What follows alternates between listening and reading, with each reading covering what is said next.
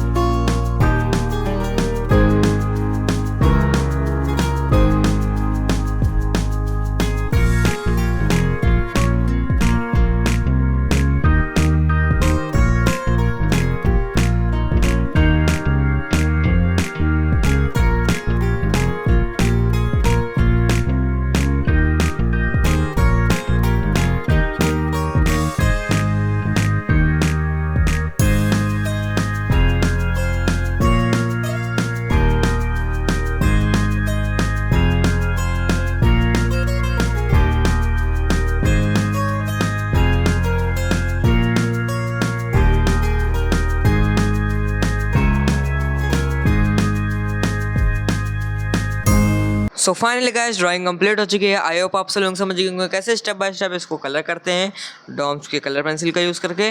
सो आपसे मिलते हैं इसके नेक्स्ट एंड फाइनल पार्ट में। तो जब तक के लिए बाय बाय।